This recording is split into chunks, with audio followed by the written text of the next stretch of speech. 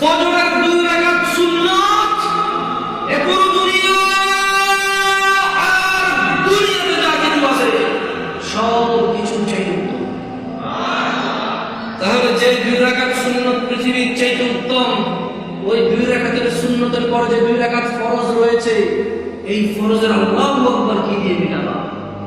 এই ফরজের সামি আল্লাহু লিমান হামিদা কি দিয়ে মিটাবা? কত টাকার মালিক হয়েছে তুমি আমাদের কাফারা দিবা, যেখানে সুন্নত 2 রাকাতের মূল্য পুরো পৃথিবীর সমস্ত সম্পদ বিক্রি করে যদি একটা স্বর্ণ কিনা হয়, ওই স্বর্ণকে যদি, এটা আমি ব্যাখ্যা দিচ্ছি বুঝার জন্য সবাই, ওই স্বর্ণকে যদি 1 পাল্লা রাখা হয় আর ফজরের 2 রাকাত সুন্নতকে যদি 1 পাল্লা রাখা হয়, ফজরের 2 রাকাত সুন্নত ভারী।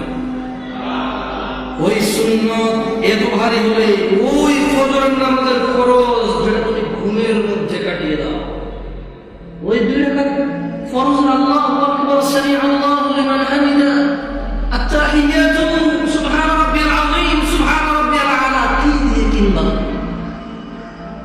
কি কয় টাকার মালিক হয়েছে যে 2 রাকাত সুন্নতই পুরো পৃথিবীর চেয়ে উত্তম?